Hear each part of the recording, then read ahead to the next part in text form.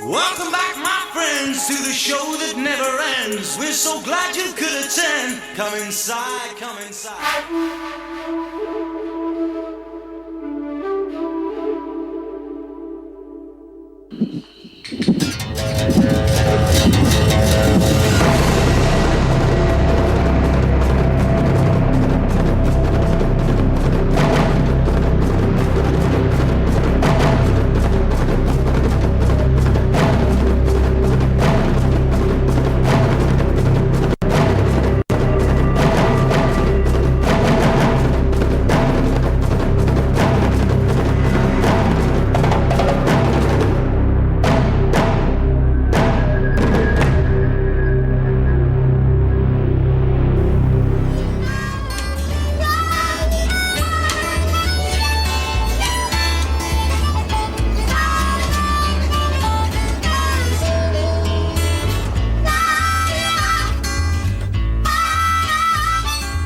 At the entrance gate, motorbike and quad enthusiasts queued up to register and check in.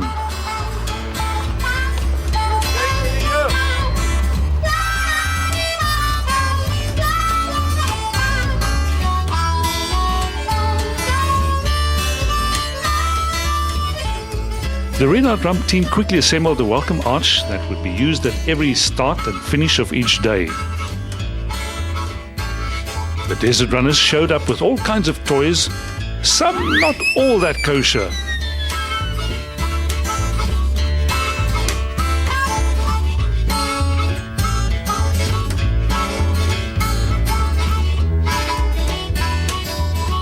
Even the local insects joined the party.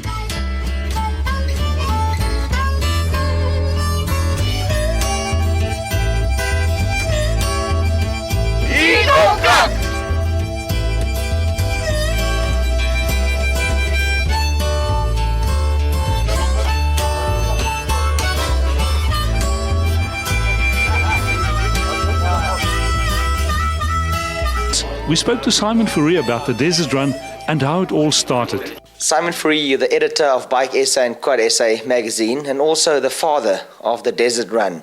Give me a bit of a rundown or the history of the Desert Run. It started long ago, in the late 1970, 79, around about thereabouts. Some Professor Eric Holm and a whole lot of his students came out and they wanted to study chochas in the desert. So we came out here, sponsored them and the trip and everything. We said, these are the dunes we want motorbikes to be on. And he said, you stay away from our chochas on these dunes. And that's how it sort of started. So we were sort of environmental friendly and try to go with the flow of all the environmentalists and all those guys along the route all along. And it started out 6, 7 people, then 20, then 30. And people said, it's too big now. Oh no, I mean, I don't even know those guys. You know, we used to cook together and eat together and everything. And here we are now, well over 1,000 people. It's a 5-day event that starts in Kuruman. And then? Yeah, we meet at Kuruman on the Friday, we leave there, and then we go through towards the Gemsbok Park. We veer off and go through to Askam, which is just before Rietfontein. We sleep there on the Saturday night. Then the next day we go through the border and we go to a place called Kois, which is near Keetmanshoop. And then from there we go on the Monday through to Windhoek and we sleep there. And then on the Tuesday we come through on the Kommershoogland, that beautiful Kommershoogland, through to Swakopmund. Simon, I'm looking forward to this desert run because I'm also going to do a couple of kilometers on a quad. Thank you very much. Thank you indeed. See you on the dust roads. Right. The opening day of the 2006 Desert Run is really where everyone meets and greets familiar and new faces and gives people a chance to show off, pop some wheelies and get a chance to see what everyone else rocked up with.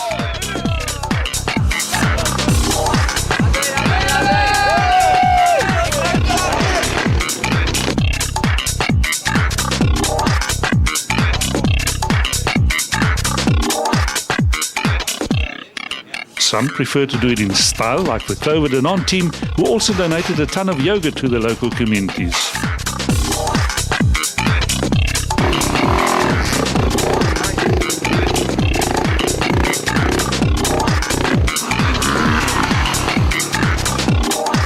Freelance bike and quad SA journalist Gary Smith was keen to describe how to safeguard your vehicle against the harshness of the desert, especially when these vehicles are sponsored, like the Honda CRE from Zambezi Honda in Pretoria. Okay, here on the desert run, you're going to see a lot of people with their cars with a sheet of shade netting that extends from behind the back of their car, under the front of their trailer, and about to the front of their back wheels. We're going to show you the reason for this. What happens is when they get on the dirt roads and start going at a reasonable speed, the stones fly up off the back wheels and from underneath the car, bounce up, hit the front of the trailer there, and ricochet back into the car. And you normally end up with broken rear windows, smashed taillight lenses, and the whole back of your car looking like it's been hit with a shotgun. To prevent that, what you do is you hang shade netting underneath from the back wheels to there, and it acts as a dampening cloth. As the stone comes up, it hits the net and drops dead. How you do it is you get a bar like this, which you bolt onto your tow bar hitch like that, and you fasten the shade netting over it and string it back. This is the bar we made at home earlier. This is our shade netting. Now we're going to show you how it gets done. Okay, we have steel support bar, shade netting, size 13 ratchet, cable ties, bolts and lock washers so that they don't vibrate loose on the bumpy roads, and the U-bolt to put it on. Okay, first things first, cable tying the shade netting onto the bar. Okay, now that's the final cable tie. Now you take the whole front set piece, bolt it onto the tow hitch.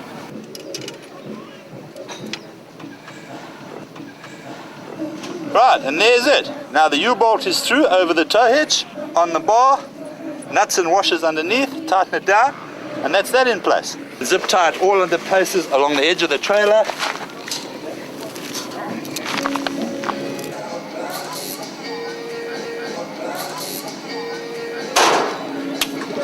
And there's it, Viola, one puncture-proof, stone-proof truck and trailer, all done. Thanks to all the Radar people for sponsoring the TV and all the displays and everything else at the...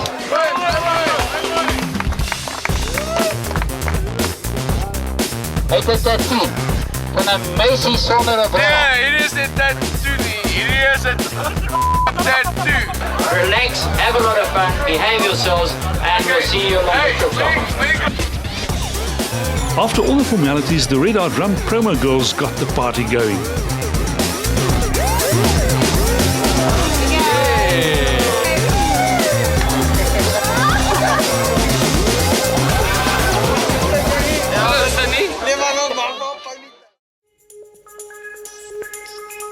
Welcome back, my friends, to the show that never ends. We're so glad you could attend. Come inside, come inside. There behind the glass.